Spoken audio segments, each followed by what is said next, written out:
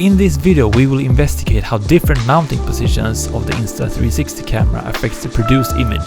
We will go through every scenario. Insta360 sent me this camera to try out and I've done so for the past 3 months and I really come to like it. It is very easy to use and produces great image quality. But in this video I will be honest and fair, so let's start with the first mount, which is the top mount, or as everyone else calls it, the Teletubby mount. It makes your helmet as aerodynamic as a brick, and it's a pain to put on the goggles with.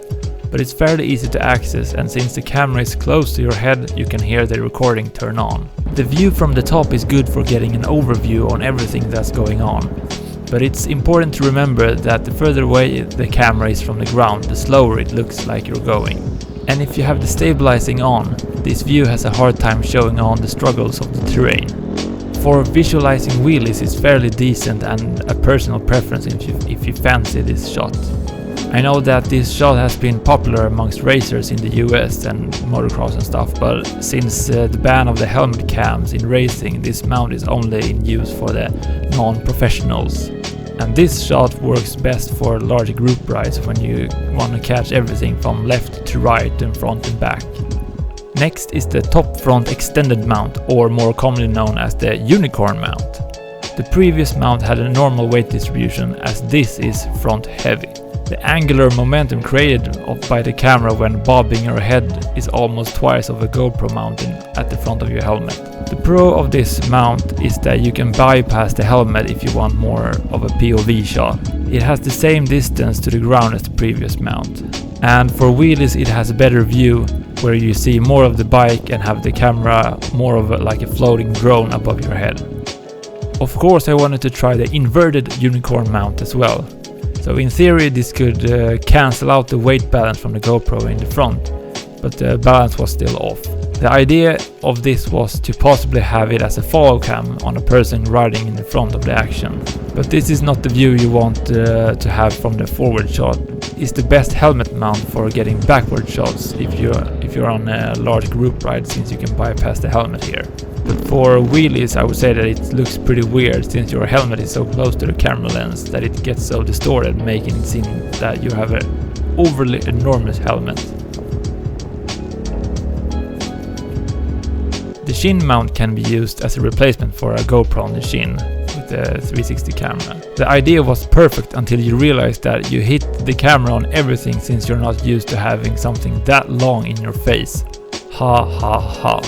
So not only is the mount a little inconvenient to use like this, but you can spot the stitching border where the two cameras meet when both lenses are pointing up and down and not facing forward. I also get some video game vibes from this mount. It can sure be a cool effect. Personally I feel like this mount is okay for wheelies. You get closer to the ground and you get the feeling of pulling high wheelies. But just keep in mind the stitch border that is present when facing the camera in this way. So why not try the Shin down mount, where you get the advantage of a physically stabilized helmet. This is also a mounting position which seemed to be really good in theory, but once trying it on it was apparent. Every time you look slightly down you hit your chest with the camera, making this mount cumbersome. But the view is looking much like the chest mount, except that we have a stabilized helmet to aid us. The chin mount is making the wheelie seem super high, and it's pretty easy to get a lot of legs in the shot since the camera is down there. And of course we need to try the Shin up mount. Apart from the others I knew that this was a bad idea. But not all bad ideas have terrible outcomes. I still had high hopes for this mount. And voila! I present to you the most accurate view of a rider there has ever been. When looking at the handlebar and the angle of the front forks, I can say that this is exactly what I see when riding. And since you can change the field of view, you can decide how much you want the viewer to experience. This all sounds amazing, except that what my eyes actually see in this instance is in the middle part a huge Insta360 camera like this. It makes sense that the view is the most accurate, because it's literally covering my eyes. But looking at this footage, this is 100% what I see when riding on my bike. So this makes you really think about if you could in the future have like contact lenses in your eye, which could be a camera as well. because in that case you would get the same view. Anyhow, this is the most realistic wheelie view. I'm in love with this mount when I'm in post-processing stage of the video, but riding it's weird. So instead of having a GoPro, I wanted to see what happened when using an Insta360 in the forehead mount. The mass distribution surely gets a bit longer out from the helmet, but if you are used to riding with a GoPro, this isn't really an issue. This forehead mount gives you a combination of a Shin mount and a unicorn mount.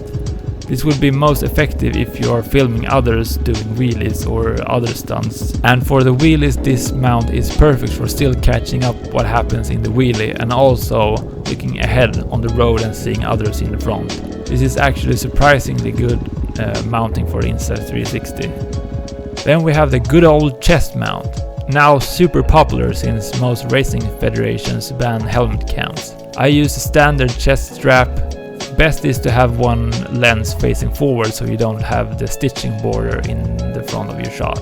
Although this is good for the streets, if you do any type of off-road riding with bumpy stuff or jumping, I would go for the jaywalk mount, where you make the camera mount to your chest protector and have a much more sturdy mount since the chest harness is a little weak for the bumpy stuff. But in terms of the image you get from the chest mount, it is definitely usable.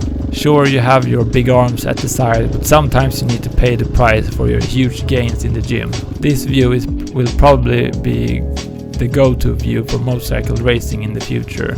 Well, if we discount the MotoGP with their shoulder cam. One major advantage with the 360 camera is the stabilization and horizon locking that can be easily used, meaning that the camera direction will not be affected on how much you lean forward. This has been a problem in the off-road community where you need to compromise on if you want to have a good shot standing up or sitting down. So no more of that. And the wheelies actually are surprisingly sweet with this setup. Since you're closer to the ground, you experience the speed a little bit better. Even though a large portion of the bike is just your seat, you still get a very good understanding on what's going on.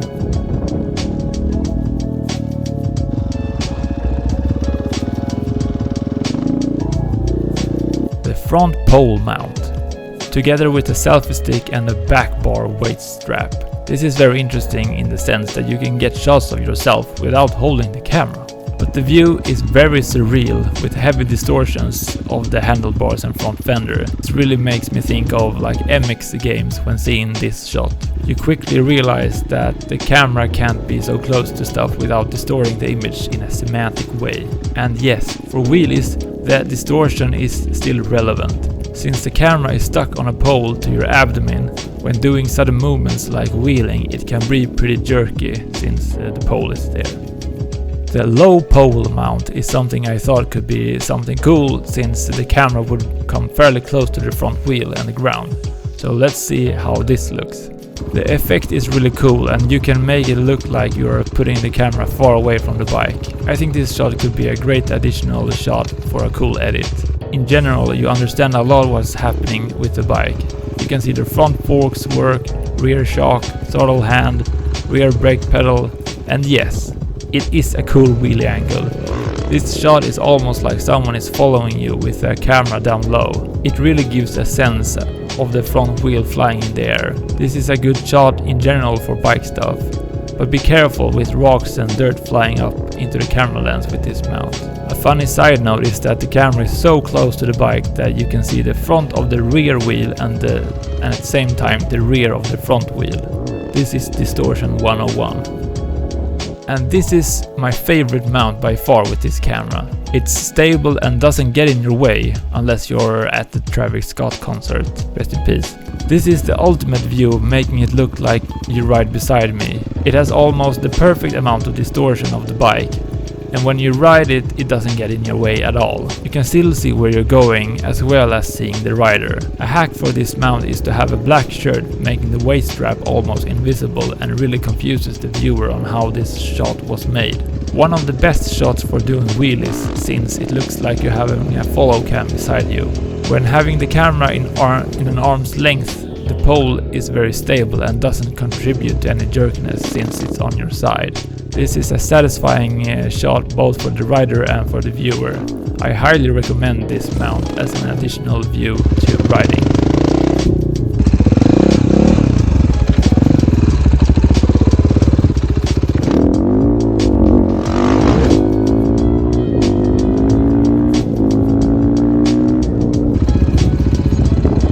The back bar mount, also known as the GTA in real life mount. When having a long pole like this, it can be prone to instability of the camera, and the camera will move if you move your upper body a lot. But for street riding, this is cool stuff. This is indeed GTA in real life, making this look just like a video game. Also, here it is really cool wearing a black shirt with the waist strap, so that it almost disappears. You can play around with different amounts of field of view, which is dependent on the length of your selfie stick. But for doing wheelies, the camera gets low to the ground when pulling wheelies, and if you're going for the scrape, this camera will definitely be scraping with you. In this scenario you don't see much of what's going on, but still a cool shot.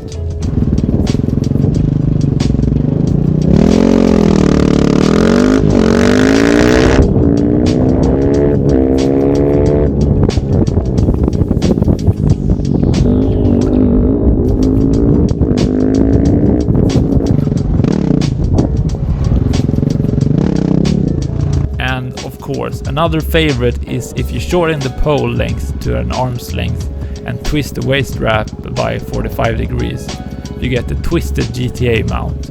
This is a realistic view and good for almost any case. Keep in mind, you might knock pedestrians if they come too close to this massive stick. A drone-like shot which I love for wheelies, since you actually see the front wheel and can get a sense of the height of the wheelie. The wheelie footage gets unbelievable with this shot.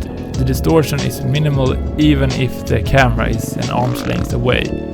So for them long highway wheelies, this is a must, and in general, hey look at me and my bike, this is a really cool shot type of shot. So the sound is great since it's almost behind the exhaust.